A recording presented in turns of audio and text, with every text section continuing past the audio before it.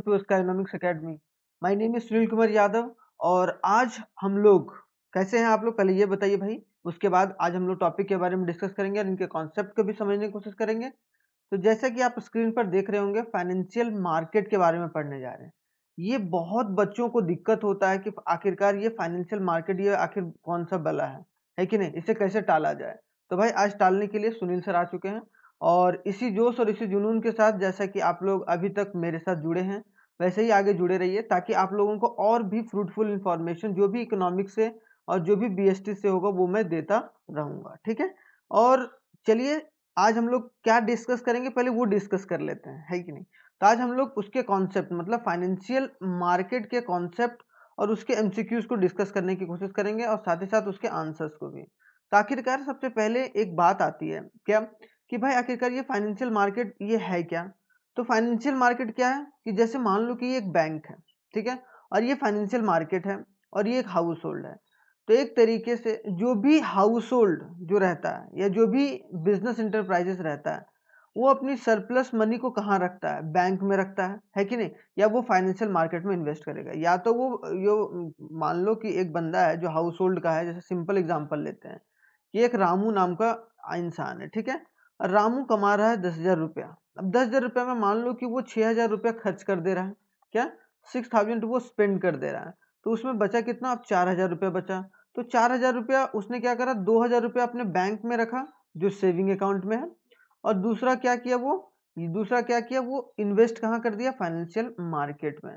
कहाँ, 2,000 रुपया इन्वेस्ट मतलब स्टॉक वगैरह ले लिया, या मतलब जहां पर वो इन्वेस्ट कर रहा है। देखो एक इन्वेस्ट होता है एक सेविंग होता है, ये दोनों में लाख गुना अंतर है। जो सेविंग किया जाता है वो बैंक के थ्रू किया जाता है, आप इन्वेस्ट करते हो स्टॉक मार्केट में या फिर म्यूचुअल फंड में, या फिर आप अदर जो भी डिपॉजिट करते हो डीमैट अकाउंट खोल के। तो वो सब सारी चीजें कहाँ पर होती हैं, स्टॉक मार्केट में होती हैं। ठीक है। तो यहाँ अगर इसके थ्रू कोई कर रहा है तो इसका मतलब वो क्या कर रहा है, इन्वेस्ट कर रहा है अपने रुपीज को। तो ये बात आप समझ गए कि भाई कोई अगर फाइनेंशियल मार्केट वैसा जगह है जहां पर जो मॉनेटरी बेनिफिट होता है, जो सरप्लस रहता है, सरप्लस चीज वो वहां इन्वेस्ट किया जाता है उस मार्केट में। जैसे एक तरीके से बोला जाए मार्केट, अगर सब्जी मार्केट है, अगर वेजिटेबल मार्केट है तो वहाँ सब्जी मिलता है भाई। तो यहाँ पर एक फाइनेंशियल मार्केट है, रुपया से पैसा से लेन देन की बात होती है यहाँ पर, और एक तरीके से फाइनेंशियल मार्केट के अंदर आती है। तो आई होप सो ये चीज समझ में आ गया होगा फाइनेंशियल मार्केट होता क्या है और एक तरीके से वो किस चीज का मार्केट है। एक तरीके के इन्वेस्टर के लिए वो मार्केट है, जो भी बंदा इन्वेस्ट करना चाहता है वो उस फाइनेंशियल मार्केट में इन्वेस्ट कर सकता है, जैसे स्टॉक एक्सचेंज में। ठीक है, जैसे नेशनल स्टॉक एक्सचेंज या बॉम्बे स्टॉक एक्सचेंज, दो स्टॉक एक्सचेंज होता है हमारे देश में। अब थोड़ा सा पहले अब ये चीज जान ली है, उसके बाद अगर थोड़ा सा भी हम और डिटेल में डिस्कस करते हैं थोड़ा सा, उसके बाद फिर हम लोग एमसीक्यू स्टार्ट करेंगे। ठीक है। अगर बात किया जाए कि फंक्शंस ऑफ फाइनेंशियल मार्केट होता क्या, कि आखिरकार जो फाइनेंशियल मार्केट होता है वो क्या फंक्शन करता है। तो प्राइस डिटरमाइन करता है, फंड मोबिलाइज करता है, मतलब फंड आपके फंड को, मान लो कि आपने क्या करा कि एक टाटा टाटा कैपिटल में इन्वेस्ट करा आपने, ठीक है, टाटा कैपिटल में इन्वेस्ट करा। तो जो टाटा कैपिटल है वो किसी कंपनी में इन्वेस्ट करता है या कहीं किसी और चीज में इन्वेस्ट करके वो आपको एक तरीके से प्रॉफिट देता है। ठीक है। तो वो फंड को क्या करता है, मोबिलाइज करता है, लिक्विडिटी मेंटेन करके रखता है, रिस्क शेयर करता है, इजी एक्सेस है, रिडक्शन ऑफ ट्रांजैक्शन कॉस्ट, जो ट्रांजैक्शन कॉस्ट होता है वो कम हो जाता है, और आपका यहाँ कैपिटल फॉर्मेशन, पूंजी का फॉर्मेशन होता है। तो ये सब सारी चीजें क्या है, एक तरीके से फंक्शन ऑफ फाइनेंशियल मार्केट है, कि जो फाइनेंशियल मार्केट है वो ये सारे फंक्शंस किया करते हैं, खास करके जो हाउस होल्ड और जो बिजनेस इंटरप्राइजेस का पैसा लेके। ठीक है। तो आई होप सो ये चीजें आपका कंप्लीट होगा, इसमें कोई डाउट नहीं होगा। अब चलिए थोड़ा सा और आगे पढ़ लेते हैं, थोड़ा सा एक दो और कॉन्सेप्ट मैंने डिस्कस करे हैं। ठीक है, कि कितने तरीके के फाइनेंशियल मार्केट होते हैं। तो देखो जनरली जो फाइनेंशियल मार्केट होता है कि ना, अब बोला जाए कि मार्केट कितना होता है, एक होता है कि फ्रूट मार्केट, वेजिटेबल मार्केट, वैसे सेम उसी तरीके से फाइनेंशियल जो मार्केट होगा वो दो तरीके से होगा, एक होगा कैपिटल मार्केट और एक होगा मनी मार्केट। जो कैपिटल मार्केट होगा और मनी मार्केट, हमेशा याद रखना कि कैपिटल मार्केट क्या होगा, कोई पैसा अगर लॉन्ग टर्म के लिए लगा रहा है तो वो कहाँ लगाएगा, कौन से मार्केट में लगाएगा, कैपिटल मार्केट में। मतलब जो लॉन्ग टर्म के लिए इन्वेस्ट करना चाहता है बंदा वो कैपिटल मार्केट में इन्वेस्ट करेगा, और जो शॉर्ट टर्म के लिए करना चाहता है वो क्या, मनी मार्केट में करेगा, इसमें कोई डाउट नहीं है कि नहीं। उसके बाद जो कैपिटल मार्केट होता है वो दो तरीके से, एक प्राइमरी मार्केट, एक सेकेंडरी मार्केट, है कि नहीं। अगर प्राइमरी मार्केट में जो सबसे पहली बार इन्वेस्ट कर रहा है वो प्राइमरी मार्केट के थ्रू, जैसे मान लो कि कोई कंपनी है, कंपनी ABC, ठीक है, कंपनी ABC है, वो क्या करना चाह रहा है, सबसे पहले अपनी कंपनी के स्टॉक को लिस्ट करना चाह रहा है, कहाँ पर स्टॉक को लिस्ट करना चाह रहा है, नेशनल स्टॉक एक्सचेंज और बॉम्बे स्टॉक एक्सचेंज में, ठीक है। दो स्टॉक एक्सचेंज है जिसके थ्रू हम लोग स्टॉक एक्सचेंज को पूरा मेनली डील करते हैं। तो वो सबसे पहले कौन से मार्केट में जाएगा, प्राइमरी मार्केट, ठीक है। जो आज ये क्या रिलीज करेगा, आईपीओ, इनिशियल पब्लिक ऑफर, ठीक है। आई होप सो ये चीजें क्लियर होंगी। मनी मार्केट में कॉल मनी होता है, ट्रेजर बिल्स होता है, ट्रेजरी बिल्स होता है, या फिर बोला जाए कमर्शियल बिल होता है, कमर्शियल पेपर होता है, सर्टिफिकेट ऑफ डिपॉजिट होता है। ये हमेशा शॉर्ट पीरियड ऑफ टाइम के लिए कोई इन्वेस्ट करना चाहता है तो ये सब सारे इंस्ट्रूमेंट में इन्वेस्ट कर सकता है कोई बंदा, ठीक है। अब बताओ भाई कि ये जो फाइनेंशियल मार्केट है उसको रेगुलेट करता कौन है, तो फाइनेंशियल मार्केट को रेगुलेट कौन करता है, सेबी करता है, security and exchange board of India. कौन करता है, security and exchange board of India. तो इसमें कोई डाउट नहीं होना चाहिए, ठीक है। तो security exchange board of India क्या करता है, फाइनेंशियल मार्केट को रेगुलेट करके चलता है। किसको, फाइनेंशियल मार्केट को रेगुलेट करके चलता है। आई होप सो ये चीजें यहाँ पर एक चीज कॉन्सेप्ट था वो मैं बताना था। तो ये चीज आप लोगों को एक तरीके से एक ओवरव्यू मिल गया होगा कॉन्सेप्ट का फाइनेंशियल मार्केट से रिलेटेड। अब चलिए स्टार्ट करते हैं बिना कोई देरी किए हुए एमसीक्यू से, और वो भी पहले एमसीक्यू से स्टार्ट करेंगे जल्दी से बिना कोई देरी किए हुए। तो पहला जो एमसीक्यूज है हमारे पास क्या है, तो पहला जो एमसीक्यूज है तो फाइनेंशियल मार्केट से रिलेटेड वो क्या है, विच of the following is a function of financial market. इसमें से कौन सा है जो फाइनेंशियल मार्केट का फंक्शन है। फाइनेंशियल मार्केट कहाँ है, जहाँ इन्वेस्टर अपने पैसे को जाकर कहीं ना कहीं क्या करता है, इन्वेस्ट करने की इन्वेस्ट करता है, जो जिस प्लेस पर या जिस मार्केट प्लेस पर, उसको उस मार्केट प्लेस को क्या बोलेंगे हम लोग, फाइनेंशियल मार्केट, ठीक है। तो ये क्या कर रहा है, provide liquidity to the financial asset, बिल्कुल सही है, लिक्विडिटी प्रोवाइड करता है आपके फाइनेंशियल एसेट्स को, मतलब एक तरीके से उसमें आपको बढ़ोतरी करता है, मोबिलाइज करता है सेविंग को, आपके सेविंग को कहीं ना कहीं और प्रॉफिटेबल बनाने का काम करता है। प्राइस फिक्सेशन रहता है, प्राइस फिक्सेशन रहता है, बिल्कुल सही है। तो ऑप्शन नंबर डी होगा, ऑल ऑफ द अबव हमारा करेक्ट आंसर है। तो इसमें कोई डाउट नहीं कि फंक्शंस ऑफ फाइनेंशियल मार्केट क्या है, ठीक है। अब आते हैं सेकंड क्वेश्चन में बिना कोई देरी किए हुए। Dash is an organization institution that provide a long term fund, कि कौन सा इंस्टीट्यूशन है या कौन सा ऑर्गेनाइजेशन है जो कि लॉन्ग टर्म फंड प्रोवाइड करता है। तो ये क्या हो गया, कैपिटल मार्केट। कैपिटल मार्केट और मनी मार्केट मैंने बताया था।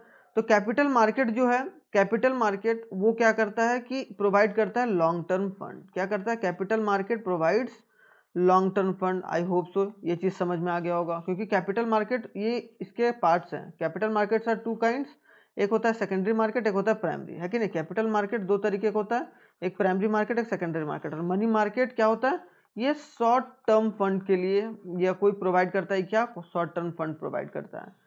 तो आई होप सो यहाँ ये सब सारे कॉन्सेप्ट्स भी आपके क्लियर होते चले जा रहे हैं। चलिए क्वेश्चन नंबर थर्ड में बिना कोई देरी किए हुए, और आप लोग मजा लेके पढ़िए ताकि आप लोगों का रिजल्ट भी अच्छा है। उसके बावजूद भी अगर कोई क्वेरी होता है तो आप हमारे व्हाट्सएप नंबर के थ्रू क्वेरी पूछ सकते हैं। आते हैं क्वेश्चन नंबर थर्ड में। क्वेश्चन नंबर थर्ड में ये बोला गया, which of the following statement is not true regarding to the commercial paper. इसमें से कौन सा जो स्टेटमेंट है वो ट्रू नहीं है कॉमर्शियल पेपर से रिलेटेड। कॉमर्शियल पेपर क्या एक तरीके से इंस्ट्रूमेंट है जो यूज किया जाता है शॉर्ट टर्म पैसे को इन्वेस्ट करने के लिए, और वो किसके अंदर आता है, मनी मार्केट के अंदर आता है, ठीक है। तो ये बोला जा रहा है, it is sold at a discount and redeemed at par, कि एक तरीके से डिस्काउंट रेट में या रिडीम करने के तौर तरीके से इसको रिलीज किया जाता है, बिल्कुल गलत है, ठीक है। कंपनीज बिल्कुल सही है, इसका मतलब ये बिल्कुल सही है। ये क्या है, it is not a commercial, मतलब इसमें बोला गया है कि नॉट ट्रू, जो ट्रू नहीं है, तो ये एक तरीके से ट्रू है, ठीक है। वो क्या, डिस्काउंट पर बेचा जाता है कमर्शियल पेपर को। Companies use this instrument to bridge the financing, ये क्या करते हैं, कंपनीज क्या करते हैं ताकि अपनी फाइनेंसिंग, जो फाइनेंसिंग है, जो मतलब फाइनेंस की दिक्कत हो जाती है उनके बीच के ब्रिज को वो फुलफिल करती हैं, बिल्कुल सही है। मतलब ये क्या, कमर्शियल पेपर का एक तरीके से ये कमर्शियल पेपर से रिलेटेड है। It's usually maturity period between 15 days to 1 years, ये 15 डेज टू 1 ईयर्स होता है। तो यहाँ पर कमर्शियल पेपर के बारे में हमें पता भी चल रहा है कि ये कितना मैच्योरिटी आता है, 15 दिन से लेकर 1 साल तक, 1 ईयर तक आप इसे क्या कर सकते हैं, यूज कर सकते हैं कोई भी commercial paper. Is a long term unsecured promissory note with a fixed of maturity period, बिल्कुल गलत आंसर है, ठीक है। इसका मतलब क्या है, ये कमर्शियल पेपर के बारे में बिल्कुल गलत है, ठीक है। ये लॉन्ग टर्म नहीं होता, ये शॉर्ट टर्म होता है। तो हम लोगों ने ये जाना कि एक तरीके से ये तीनों चीजें क्या कि किससे रिलेटेड है, कमर्शियल पेपर से। तो ये चीज याद रखना कि 15 से एक साल तक इसका मैच्योरिटी पीरियड रहता है। कमर्शियल पेपर जनरली क्या होता है कि कमर्शियल पेपर एक इंस्ट्रूमेंट होता है जिसके थ्रू उसके पेपर में लिखा हुआ रहता है कि भाई जैसे मान लो कि आप लैंड ले रहे हो, है कि नहीं, आप लैंड ले रहे हो तो आप जो भी आप कागजात इस्तेमाल करते हो ना, तो एक तरीके से वो पेपर है, उसको हम लोग बोलते हैं बॉन्ड पेपर, है कि नहीं। सेम उसी तरीके से कमर्शियल पेपर होता है जिसके थ्रू जो भी कंपनी रहती है वो अपनी वो कमर्शियल पेपर को गिरवी रखकर वो चीज़ को उस चीज़ को इन्वेस्ट करके वहाँ से पैसा को निकालने का काम करती है। तो आई होप सो इसमें कोई डाउट नहीं होगा। आते हैं क्वेश्चन नंबर 4 में, dash is also called a zero coupon bond. इसमें कौन से जिनको हम लोग बोलते हैं जीरो कूपन बॉन्ड, तो इसको ट्रेजरी बिल को, जो टी बिल को है ट्रेजरी बिल को, उसको हम लोग क्या बोलते हैं, जीरो कूपन बॉन्ड भी बोलते हैं। टी बिल को हम लोग क्या बोलते हैं, जीरो कूपन बॉन्ड। तो ये बात याद रखना है, ठीक है, जीरो कूपन बॉन्ड, ठीक है, जीरो कूपन बॉन्ड बोलते हैं। तो आई होप सो ये चीजें यहाँ पर क्लियर होंगी। अब क्वेश्चन नंबर 5 पर आते हैं बिना कोई देरी किए हुए। क्वेश्चन नंबर 5 में क्या बोला गया, क्वेश्चन नंबर 5 में बोला गया when securities are allotted to the institutional investor, some selected individuals are referred to as, कि जब सिक्योरिटीज अलॉट किया जाता है इंस्टीट्यूशनल इन्वेस्टर को, मतलब जो भी बड़ी बड़ी कंपनीज हैं अगर उनको अलॉट किया जाता है क्या सिक्योरिटीज या शेयर्स इशू किया जाता है, तो सम ऑफ द सेलेक्टेड जो इंडिविजुअल्स रहते हैं उनको क्या बोलते हैं, तो सी बोलते हैं, क्या बोलते हैं हम लोग, प्राइवेट प्लेसमेंट। कि उसमें से कोई जो एक प्राइवेट जो इंडिविजुअल्स होता है अगर उनको हम लोग कुछ शेयर्स दे रहे हैं तो इसका मतलब क्या हो गया, वो प्राइवेट प्लेसमेंट हो गया, कि हम अपने सिक्योरिटीज का प्लेसमेंट क्या कर रहे हैं, प्राइवेटली कर रहे हैं, तो इसका मतलब वो प्राइवेट प्लेसमेंट हो गया। तो ऑप्शन नंबर सी हमारा करेक्ट आंसर है, इसमें कोई दिक्कत नहीं है।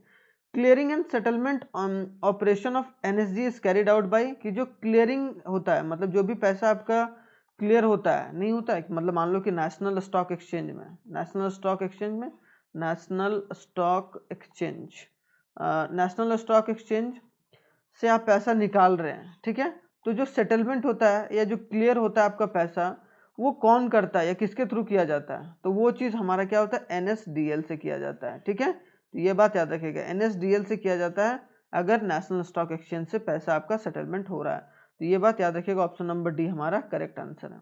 अब आते हैं क्वेश्चन नंबर 7 में, stock exchange is also known as dash market for the securities. क्या बोलते हैं स्टॉक एक्सचेंज को, कौन सा मार्केट बोलते हैं, तो हम लोग बोलते हैं सेकेंडरी मार्केट। क्या बोलते हैं, एक तरीके से सेकेंडरी मार्केट बोलते हैं, secondary market for the securities, क्या बोलते हैं, सेकेंडरी मार्केट। तो I hope so question number option number B हमारा करेक्ट आंसर है।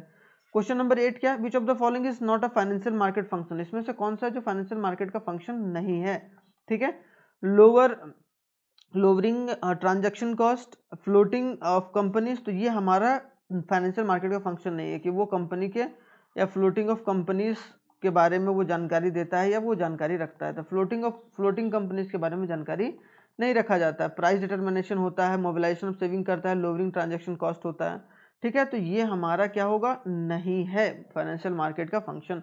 तो ऑप्शन नंबर बी हमारा करेक्ट आंसर है। अब आते हैं क्वेश्चन नंबर 9 में। क्वेश्चन नंबर 9 में बोला गया कि जो सेटलमेंट होता है नेशनल स्टॉक एक्सचेंज में, नेशनल स्टॉक एक्सचेंज में पैसा, मान लो कि आज का दिन एक बंदा है राम, वो क्या करना चाह रहा है, अपने पैसे को, मान लो कि उसने 50,000 रुपया का शेयर खरीद के रखा है, अब वो निकालना चाह रहा है, आज का दिन मान लो कि क्या है, थर्सडे है, अब थर्सडे को वो निकालना चाह रहा है, थर्सडे को निकालना चाह रहा है, तो उसका पैसा कब निकलेगा, तो T+2 2 दिन के बाद निकलेगा, मतलब T+2 मतलब क्या, जो भी ट्रांजैक्शन का डेट रहेगा उसके 2 दिन के बाद उसका पैसा सेटलमेंट होगा।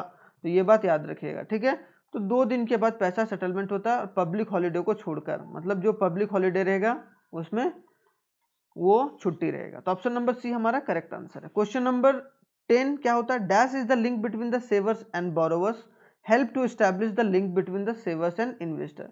कि कौन सा जो लिंक है जो सेवर्स और बोरोवर्स के बीच में, जो हेल्प करता है link between the savers and investor, कि जो सेवर्स है जो बोरोवर्स रहता है वो क्या हेल्प करता है ताकि स्टैब्लिश हो सके रिलेशन, जो भी सेवर है और एक तरीके से इन्वेस्टर है, तो उसमें क्या होगा, option number be financial market. Financial market एक लिंक है, क्या है, फाइनेंशियल मार्केट क्या है, एक लिंक है, किसके बीच में, मार्केट लिंक है, जैसा कि मैंने बताया था कि जो सेवर्स और बोरोवर्स है एंड और जो हेल्प करता है to establish the link between saver and investor, कि जो सेवर्स रहता है और जो बोरोवर रहता है वो लिंक एक दूसरे से लिंक प्रोवाइड किया करता है कुछ सेवर्स और इन्वेस्टर के थ्रू, ठीक है, क्या करता है, स्टैब्लिश, कि आप जो सेव कर रहे हैं पैसा उसको आप कहाँ इन्वेस्ट करना चाह रहे हैं, तो वो सब सारी चीज़ें, तो option number be financial market provide करता है। तो I hope so question number 10 भी कंप्लीट होगा आपका। अब चलते हैं क्वेश्चन नंबर 11 में बिना कोई देरी किए हुए। देखो what do mean by demat account. देखो डीमैट अकाउंट एक ऐसा अकाउंट है जो आपको, अगर मान लो कि आपको शेयर्स खरीदना है, बेचना है, मतलब शेयर्स में पैसा लगाना है, शेयर्स में क्या लगाना है, पैसा लगाना है, या शेयर मार्केट में पैसा लगाना है, तो आपको पहले क्या खोलना पड़ेगा, कौन सा अकाउंट। जैसे मान लो कि आप सेविंग, पैसा को सेव करना चाह रहे हो, तो आपको सेविंग अकाउंट खुलवाना पड़ रहा है कि नहीं। आप सेविंग अकाउंट बैंक में जाते हो, बोलते हो कि मुझे सेविंग अकाउंट खोल दो। अगर आप बिजनेस कर रहे हो तो आप क्या कर रहे हो, आप बिजनेस कर रहे हो तो आप कौन सा, आप करेंट अकाउंट खुलवा रहे हो, है कि नहीं, आप करेंट अकाउंट खुलवा रहे हो। सेम उसी तरीके से अगर आपको शेयर्स को, किसी कंपनी के शेयर्स को खरीदना या बेचना है या उसमें पैसा इन्वेस्ट करना है, तो आपको कौन सा अकाउंट खुलवाना पड़ेगा, डीमैट अकाउंट खुलवाना पड़ेगा। तो ये बात याद रखिएगा, क्या, डीमैट अकाउंट खुलवाना पड़ेगा। अब इसमें बोला गया कि ऑप्शन नंबर सी, इसका फुल फॉर्म क्या होगा, what is meant by demat. तो डीमैटेरियलाइजेशन ऑफ सिक्योरिटीज, क्या होता है कि ये सिक्योरिटीज को डीमैटेरियलाइज करता है, ये एक तरीके से इन्वेस्ट करने में मदद करता है। तो डीमैटेरियलाइज क्या होगा, ऑफ सिक्योरिटीज। सिक्योरिटीज की जो भी सिक्योरिटीज या जो भी शेयर्स होता है उसको कैसे इन्वेस्ट किया जाए और किस तरीके से इन्वेस्ट किया जाए, उस चीज में हेल्प किया करता है। आते हैं क्वेश्चन नंबर 12 में। After the trade has been executed the brokers issue a contract note to the investor within, कि अगर एक ट्रेड है, कुछ किसी ने ट्रेड करा, ठीक है, अब उसने पैसा इन्वेस्ट करा, तो जो ब्रोकर है वो कितने समय के अंदर वो कॉन्ट्रैक्ट नोट इशू करेगा इन्वेस्टर को, ठीक है। तो वो क्या होगा, 24 आवर्स, मतलब 24 घंटे में उसे बताना होगा कि हाँ आपका एक एक जो इतने शेयर्स का ट्रेड हुआ है, इतने शेयर्स का ट्रेड नहीं हुआ है, ठीक है। तो आई होप सो ये चीज याद रखिएगा। अब आते हैं क्वेश्चन नंबर 13। क्वेश्चन नंबर 13 थोड़ा सा टू टेक्निकल लग रहा होगा, लेकिन आई होप सो आप लोगों को समझ में आ रहा होगा जो मैं बताना चाह रहा हूँ। अब यहाँ नेशनल स्टॉक एक्सचेंज, देखो मैं एक चीज और बता दे रहा हूँ, नेशनल स्टॉक एक्सचेंज जो इंडेक्स यूज करता है, और एक जो है वो बॉम्बे स्टॉक एक्सचेंज, ठीक है। ये दोनों इंडेक्स, जैसे किताब के ऊपर इंडेक्स रहता है ना, सेम उसी तरीके से। तो यहाँ पर क्या, नेशनल स्टॉक एक्सचेंज में निफ्टी यूज होता है। क्या होता है, NIFTY, Nifty.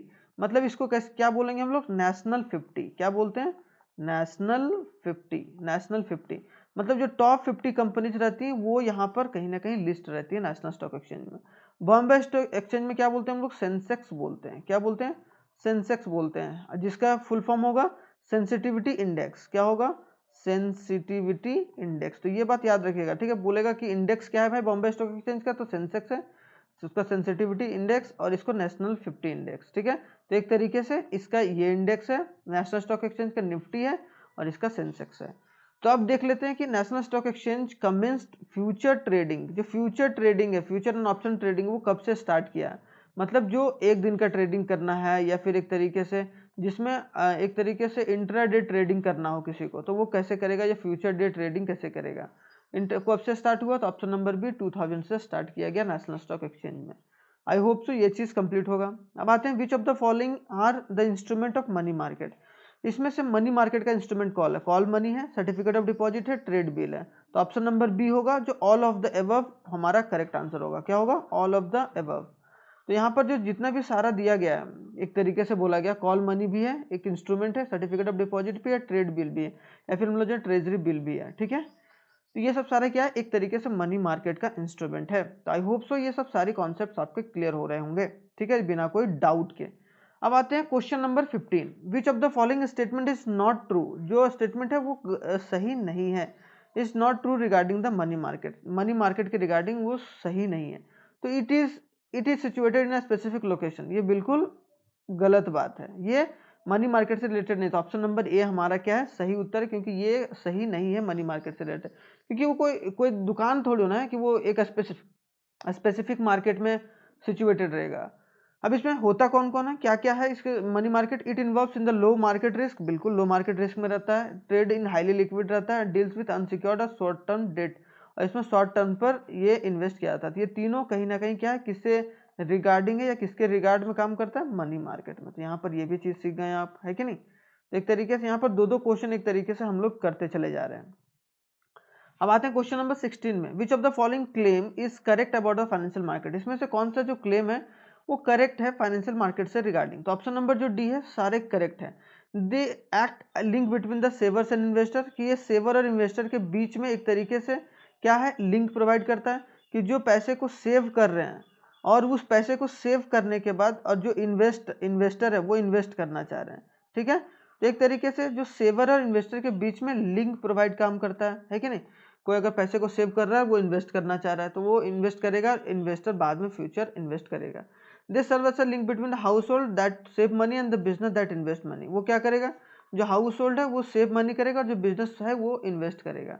They invest the money and they have available and most profitable investment option. और जो देखो क्या होता है कि लोग पीपल होता है वो कहाँ इन्वेस्ट किया, कोई कंपनी में। अब वो कंपनी बेस्ट पॉसिबल में अलग अलग तरीके से अलग अलग ऑप्शंस में इन्वेस्ट करता है और वहां से एक तरीके से वो कंपनी प्रॉफिट देता है किसको, उस पर्सन को। तो I hope so 16th question भी क्लियर होगा।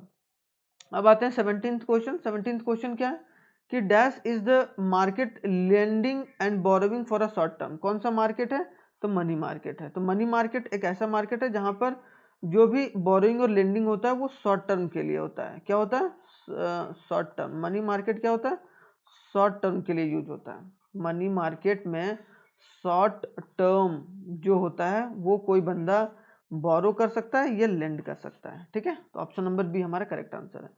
बोला गया था total number of stock exchange in India. हमारे देश में स्टॉक एक्सचेंज टोटल कितने हैं, दो तो ज्यादा बहुत ज्यादा फेमस है, एक नेशनल स्टॉक एक्सचेंज और एक बॉम्बे स्टॉक एक्सचेंज। उसके अलावा कितने और स्टॉक एक्सचेंज हैं एक बोला जाए, या उससे इंक्लूडेड कितने हैं, तो हमारे पास 21 स्टॉक एक्सचेंज है हमारे देश में जो कि अभी फंक्शन कर रहा है राइट नाउ। तो आई होप सो ये क्वेश्चन भी कंप्लीट होगा। अब आते हैं क्वेश्चन नंबर 19 में कि जो बोला गया है कि प्राइमरी एंड सेकेंडरी मार्केट किससे रिलेट कर रहा है। प्राइमरी एंड जो सेकेंडरी मार्केट है वो एक तरीके से कॉम्प्लीमेंट ईच अदर। जो प्राइमरी मार्केट है वो सेकेंडरी मार्केट एक दूसरे को कॉम्प्लीमेंट करता है। क्यों, क्योंकि कंपनी अगर सबसे पहली बार इशू कर रही है शेयर तो वो प्राइमरी मार्केट में करेगी, लेकिन अगर वही कंपनी दोबारा फिर से शेयर इशू कर रही है तो वो सेकेंडरी मार्केट में चला जाएगा, ठीक है। तो वो कहाँ चला जाएगा, सेकेंडरी मार्केट में, क्योंकि वो दोबारा इशू कर रही है। सबसे पहला जो काम होगा, सबसे पहला जो कंपनी इन्वेस्ट या शेयर मार्केट थ्रू उतरेगी वो प्राइमरी मार्केट के थ्रू होगा। फिर जो सेबी होगा वो चेक एंड बैलेंस करेगा, उसके बाद फिर वो सेकेंडरी मार्केट में जा सकता है। तो एक तरीके से कॉम्प्लीमेंट है, ठीक है। अब आता है सेटलमेंट साइकिल क्या होता है भाई नेशनल स्टॉक एक्सचेंज का। मैंने पहले ही बता रखा है T+2, मतलब जो भी ट्रांजैक्शन का पीरियड होगा उसके 2 दिन के बाद आपका जो ट्रांजैक्शन है वो सेटलमेंट हो जाएगा, जो पैसा है आपका वो निकल जाएगा या आपके बैंक अकाउंट में आ जाएगा, ठीक है, जो भी पैसा आपने इन्वेस्ट कर रखा है। चलिए बिना कोई देरी किए अब 21 क्वेश्चन पर चलते हैं। 20 क्वेश्चन तक आपका कंप्लीट होगा। 21 क्वेश्चन में क्या बोला था, National Stock Exchange of India was recognized as a stock exchange in the year. कि जो नेशनल स्टॉक एक्सचेंज था उसे स्टॉक एक्सचेंज कब उसे रिकॉग्नाइज किया गया, ठीक है। तो एक तरीके से क्या हो गया 1992 में। तो 1992 में एक तरीके से उसे ऑफिशियली रिकॉग्नाइज किया गया कि एक स्टॉक मार्केट एक्सचेंज है या स्टॉक एक्सचेंज है, ठीक है। National Stock Exchange commence future trading कब से लाया गया भाई, तो 2000 से पहले ही बता रखे हैं, तो ये ऑप्शन करेक्ट है हमारा, ठीक है। ये क्वेश्चन रिपीट हो गया। अब आते हैं question number 23। Clearing and settlement of national Stock exchange is carried by.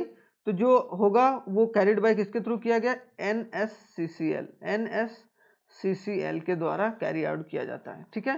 Settlement carried out, तो ये बात याद रखिएगा। ट्रेजरी बिल जो होता है वो बेसिकली क्या चीज से रिलेट करता है, treasury bill an instrument to borrow a short term fund. क्या एक ऐसा इंस्ट्रूमेंट है जो बोरो करता है शॉर्ट टर्म फंड, बोरो क्या करता है, शॉर्ट टर्म फंड करता है। An instrument to borrow long term fund, तो इसका आंसर क्या होगा, ट्रेजरी बिल जो इंस्ट्रूमेंट होता है वो बोरो करता है क्या, शॉर्ट टर्म फंड। क्योंकि ट्रेजरी बिल किसका इंस्ट्रूमेंट है, ट्रेजरी बिल एक तरीके से मनी मार्केट का इंस्ट्रूमेंट है। किसका है, मनी मार्केट का। क्या है, मनी मार्केट का इंस्ट्रूमेंट है। तो आई होप सो ये चीज पता होगा। मनी मार्केट शॉर्ट टर्म में लेंडिंग और बोरोइंग करता है। अब आते हैं 25th क्वेश्चन में। 25th क्वेश्चन में क्या बोला गया कि under which of the following method, कौन से मेथड में securities are not issued directly to the public but are offering through the intermediaries like issuing the house and the stock brokers. कौन से मेथड के थ्रू सिक्योरिटी जो होता है वो डायरेक्टली इशू नहीं करते हैं पब्लिक के, तो offer for sales. Offer for sales एक ऐसा है, एक ऐसा मेथड है, ऑफर फॉर सेल एक ऐसा मेथड है जिसके थ्रू जो होता है डायरेक्टली पब्लिक को नहीं किया जाता है, बट जो स्टॉक ब्रोकर को रहता है उसके थ्रू हम लोगों को खरीदना पड़ता है वो सब सारे सिक्योरिटीज, ठीक है। अब आते हैं question number 26। In which of the following aspect money market is different from capital market. कौन से एस्पेक्ट में जो मनी मार्केट से डिफरेंट है कैपिटल मार्केट, तो इसमें एक बोला जाए कि पार्टिसिपेंट से बिल्कुल पार्टिसिपेट इसमें अलग अलग मनी मार्केट में अलग तरीके से किया जाता है, कैपिटल मार्केट में अलग से। टेन्योर ऑफ सिक्योरिटी ट्रेडर बिल्कुल, क्योंकि इसमें क्या होता है मनी मार्केट में 1 साल तक ही कर सकता है एक तरीके से, और इसमें 1 साल से ऊपर कर सकता है, तो दोनों में डिफरेंस है। लिक्विडिटी ऑफ सिक्योरिटी ट्रेडर बिल्कुल, लिक्विडिटी दोनों में डिफरेंट है। इसमें क्वेश्चन ऑप्शन नंबर 8 होगा, वो हमारा करेक्ट आंसर होगा। ठीक है, क्वेश्चन नंबर 26 भी क्लियर होगा। अब आते हैं क्वेश्चन नंबर 27 में। क्वेश्चन 27 में क्या बोला गया, in case of an e-IPO who coordinates with all the intermediaries connected with the issue एक तरीके से बोला जा रहा है अगर e-IPO है, इलेक्ट्रॉनिक इनिशियल पब्लिक ऑफर है, तो who coordinates all the intermediaries, जो कौन कोऑर्डिनेट करता है सारे इंटरमीडिएटरीज को, तो ये क्या लीड मैनेजर, जो लीड मैनेजर होगा कंपनी का, जो लीड मैनेजर होगा वो कोऑर्डिनेट करके सही तरीके से चलता है। तो यहाँ बात याद रखिएगा, e-IPO किससे, ई लीड मैनेजर कोऑर्डिनेट करके चलता है। तो क्वेश्चन नंबर 28 में fund raise through the commercial paper, जो भी फंड रेज किया जाता है कमर्शियल पेपर के through, are use to meet a flotation cost, वो उससे क्या फ्लोटेशन कॉस्ट को मीट करता है। जो कंपनी रहता है वो अपने डेली डेली डेली कुछ खर्चे होंगे, उसमें कोई दिक्कत आ गया होगा तो उसमें यूज किया जाता है वो पैसे को। And as mister A an existing shareholder of a company, अगर वो जो अगर मिस्टर ए होगा वो क्या होगा, एग्जिस्टिंग शेयर होल्डर होगा कंपनी इज, तो उसमें क्या होगा ऑप्शन नंबर बी, क्या करता है वो ब्रीच करता है फाइनेंसिंग को, मतलब एक तरीके से फाइनेंस अगर दिक्कत हो जाता है तो उनको भरने का काम किया जाता है। तो एक तरीके से क्या करता है, ब्रिज फाइनेंसिंग का काम करता है, कि ब्रिज का काम करता है, पुल का काम करता है। आते हैं क्वेश्चन नंबर 29 में बिना कोई देरी किए हुए। तो स्टॉक मार्केट क्या हेल्प करता है, stock exchange helps in, stock exchange क्या हेल्प करता है, providing a liquidity to the existing securities, बिल्कुल कि वो लिक्विडिटी प्रोवाइड करने का काम करता है, इकोनॉमिक ग्रोथ में काम आता है, और प्राइसिंग ऑफ सिक्योरिटीज, कि आपका सिक्योरिटीज या आपका शेयर्स का प्राइस क्या होगा वो चीज डिटरमाइन करता है। तो ये सब सारा ऑल ऑफ द अबव हमारा करेक्ट आंसर होगा। सेबी जो था, सेबी क्या है एक तरीके से वो देख रेख करता है, लुक आउट करता है सारे जो भी सिक्योरिटीज मार्केट के कंपनीज जो भी इन्वेस्ट करती हैं, तो एक तरीके से लुक आफ्टर क्या करता है, ये रेगुलेट करता है पूरे स्टॉक एक्सचेंज को, क्या करता है, रेगुलेट करता है, नियम कानून बनाता है स्टॉक एक्सचेंज से रिलेटेड, किससे रिलेटेड, स्टॉक एक्सचेंज से। ठीक है, तो ये चीज बोला गया was establish and headquarter situated, कब एस्टैब्लिश किया गया था और उसका हेडक्वार्टर क्या है। तो एक तरीके से ये 12th of April को एस्टैब्लिश किया गया था, और जो 1988, और इसका हेडक्वार्टर जो है वो कहाँ है, मुंबई है। तो आई होप सो ये चीज आपको मोस्ट इंपॉर्टेंट टॉपिक में से एक है। अब आते हैं आगे 31th क्वेश्चन पे। 31th क्वेश्चन पे क्या बोला गया, which of the following is a depository form for the purpose of ensuring the free transferability of the securities in India. कौन सा डिपॉजिटरी फॉर्म्ड है जिसके थ्रू से वो पर्पस क्या कर रहा है कि फ्री ट्रांसफर होगा सारा चीज और सिक्योरिटीज का, उसमें कोई पैसा नहीं कटेगा। एक तरीके से जो भी होगा, विच of the following is a depository formed for the purpose of ensuring free transfer, क्या कि फ्री ट्रांसफर हो सिक्योरिटी का एक जगह से दूसरे जगह, तो वो कौन देख रेख करता है, एनएसडीएल, क्या एनएसडीएल। ठीक है, याद रखिएगा।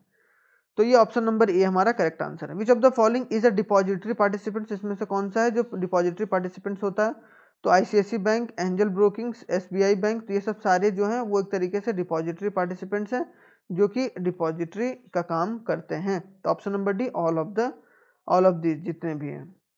आते हैं क्वेश्चन नंबर 33 पर। क्वेश्चन नंबर 33 में क्या बोला गया कि dash is a manipulating the market price of the shares by increasing और डिक्रीजिंग देयर प्राइस, कि क्या होता है कि जो मैनिपुलेट करता है जिसके थ्रू जो शेयर्स है वो बढ़ जाता है और कम हो जाता है, तो इसको बोलते हैं कि प्राइस रिगिंग। प्राइस रिगिंग के through is a manipulating the price, price rigging के थ्रू जो मार्केट का शेयर्स का प्राइस होता है वो ऊपर जाता है कभी या नीचे जाता है, उसको क्या बोलते हैं, प्राइस रिगिंग।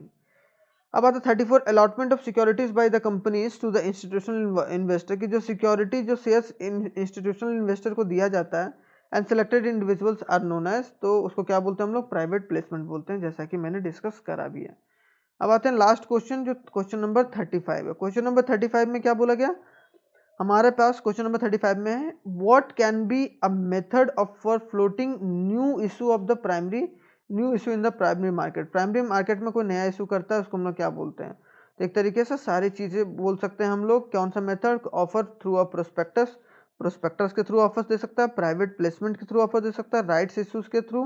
तो इसका मतलब क्या हो गया, ऑल ऑफ द अबव। ये तीनों मेथड यूज किया जा सकता है अगर को न्यू इशू कर रहा है प्राइमरी मार्केट में, एक तरीके से फ्लोटिंग को, फ्लोटिंग न्यू इशूज की, जो शेयर्स को नया इशू कर रहा है, तो ये हमारा क्या हो जाएगा प्राइमरी मार्केट के थ्रू, और ऑप्शन नंबर डी हमारा करेक्ट आंसर होगा। तो आई होप सो आप लोगों को पूरा अच्छे तरीके से जो फाइनेंशियल मार्केट का कॉन्सेप्ट भी थोड़ा सा मैंने बताया, और यहाँ जो भी एमसीक्यूज बताए हैं वो सब सारे एमसीक्यूज आपके हो गए होंगे। ठीक है, तो थैंक्स फॉर वॉचिंग, और कल चलिए मिलते हैं, और कल हम लोग फाइनेंशियल मैनेजमेंट करेंगे, है कि नहीं।